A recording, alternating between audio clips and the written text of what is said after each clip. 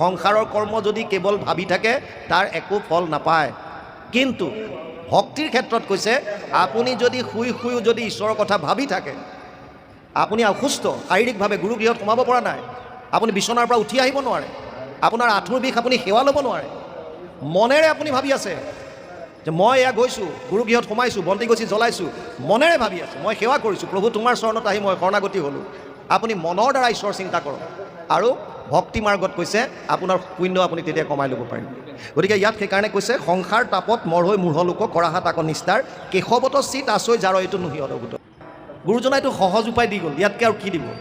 যদ্যপি ভকতি নৱবিধ মাধৱৰ শ্ৰৱণ কীৰ্তনত সন্ত শ্ৰেষ্ঠত।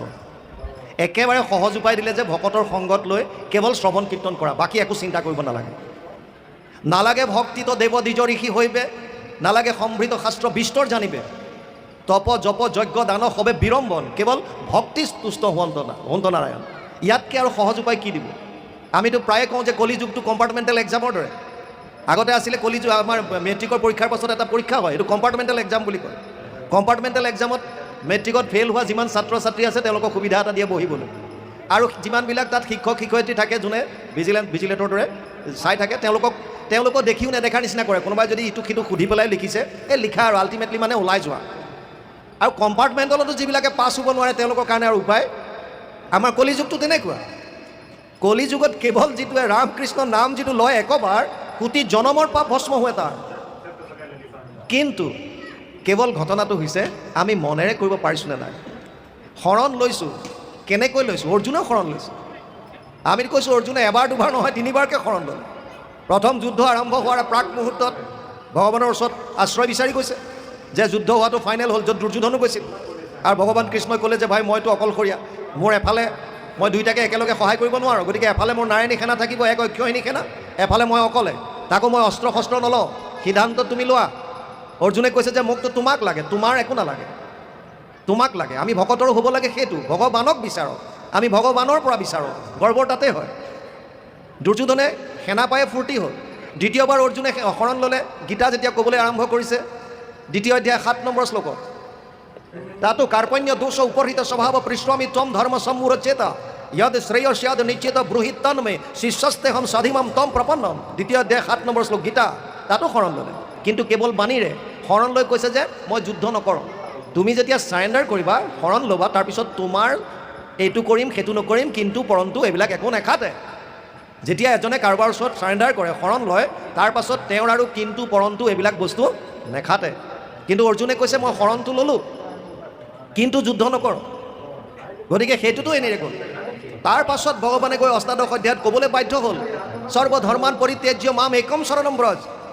দে মনটো মোক দে, আৰু মনটোৰ দ্বাৰা শৰণ ল। এতিয়া চাওক, আচলতে শৰণ কোনে লয়?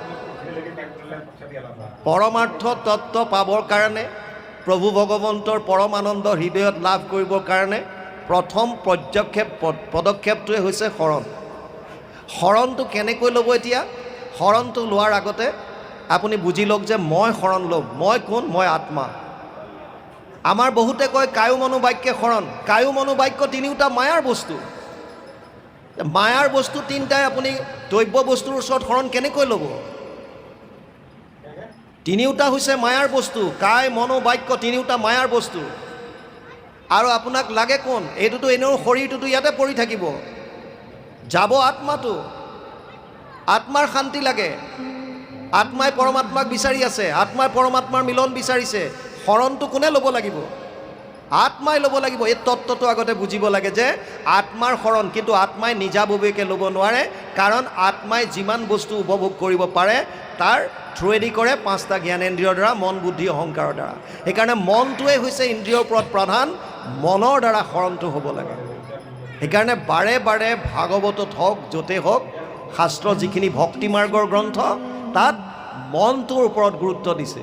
আমাৰ বাপজনে কৈছে চিত শব্দটোৰ কথা, এটা ক'লে আমাক অন্তঃকৰণৰ 4টা বস্তু বুলি কৈছে। ইয়াতো আমাৰ অকণ সংশয় আছে। আমাৰ বাপজনে হয়তো আমি এবাৰ আলোচনা কৰিছিলোঁ গুগল মিটত, যদিও 24 তত্ত্বত মন বুদ্ধি চিত আৰু অহংকাৰ বুলি কয়, চিত শব্দটো আচলতে চিত মানে চৈতন্যক বুজায়, আৰু মায়া বস্তুটো সম্পূৰ্ণৰূপে জ্বৰ।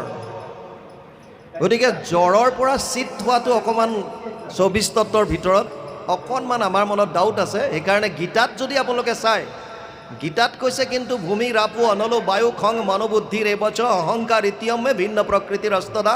তাত গৈ পেলাই আহিছে বা মহাভূতানি অহংকাৰ বুদ্ধিৰ অব্যক্তম এবচ ইন্দ্ৰিয়ানি দশেকম চ পঞ্চ ইন্দ্ৰিয় গোচৰ। তাত 24 তত্ত্বত কিন্তু প্ৰকৃতি বুলি দিছে। তাৰমানে 5টা ভূত, পঞ্চভূত ক্ষিতি জল তেজ বায়ু আকাশ, 5 তন্মাত্ৰা ৰূপ ৰস গন্ধ স্পৰ্শ শব্দ, 5 জ্ঞানেন্দ্ৰিয় শ্ৰোত্ৰ নেত্ৰ জিবা ঘ্ৰাণ আৰু চৰ্ম, 5 কৰ্মেন্দ্ৰিয় গুহ্য লিংগ পদ বাণী আৰু কৰ, মন বুদ্ধি অহংকাৰ আৰু মূল প্ৰকৃতি বুলি দিয়া আছে। মানে ভাৱ হয়নে ভাৱ কৃষ্ণ? মূল প্ৰকৃতি বুলি তাত দিছে। আমাৰ অন্তঃকৰণৰ আমি 4টা বস্তু বুলি কওঁ, চিত বুলি, আৰু এইটো মনৰে এটা ভাগ বুলি কৈছে। সেইকাৰণে মনৰে 4টা আমাৰ অনাদি পাতনত গুৰুজনাই লিখি গৈছে, মন বুদ্ধি চিত অহংকাৰ, মনৰে 4টা অৱস্থা বুলি পেলাই কৈছে। গতিকে মনটো যিহেতুকে আমাৰ জড় বস্তু আৰু মনটো মায়াৰ বস্তু, সেইটো দিশৰ পৰাহে আমি চালে যে মনৰে এটা ভাগ, সেইকাৰণে এইটো চিতটো। কিন্তু আচল যিটো আমাৰ সচ্চিদানন্দৰ চিত যিটো কৈছে, এইটো চৈতন্য। কিন্তু চৈতন্য বস্তু মায়াৰ পৰা হোৱাটো এইটো বৰ সম্ভৱ যেন নালাগে। বাকী বহুত কথা আছে শাস্ত্ৰত, আমাৰ বাপজনাই অকণমান দাঙি ধৰিব। এতিয়া বাপৰ কথাটো হৈছে সেইটোৱে। প্ৰথম কথা হৈছে গুৰুৰ প্ৰতি আমাৰ শ্ৰদ্ধা, প্ৰথম কথা আহিব লাগিব। দ্বিতীয় কৈছে গুৰুৰ বাণী যিখিনি আমাক যেনেকৈ কৈছে, কৃষ্ণত প্ৰথমতে শৰণ, তাৰপিছত তেওঁৰ লীলাসমূহৰ শ্ৰৱণ কীৰ্তন। কলৌ দোষ নিধে ৰাজন অস্তিহি এক মহান গুণ, কীৰ্তনাদেৱ কৃষ্ণস্য মুক্ত সংগ পৰম ব্ৰজেত। পৰম গতি পাবৰ কাৰণে কলিযুগত দোষৰ সাগৰো যদি কলি, তাৰ এটা মাত্ৰ মহান গুণ আছে বুলি কৈ থৈ গ'ল। সেই মহান গুণটো কি? কীৰ্তনাদেৱ কৃষ্ণস্য মুক্ত সংগ পৰম ব্ৰজেত। 12:3-51 দ্বাদশ স্কন্ধ 3য় অধ্যায় 51 নম্বৰ শ্লোক। ইয়াৰ লগত মিল থকা সামঞ্জস্য ৰাখি মহাপুৰুষ মাধৱদেৱে ঘোষাত অনুবাদ কৰিছে, দোষৰ সাগৰ কলি তাকো পৰীক্ষিত ৰাজা, গুণ দেখি কৰিলা ৰক্ষণ, অন্ত্যজাতি পাতকীও কলিত তৰয় সুখে, মুখে কৰি কৃষ্ণৰ কীৰ্তন।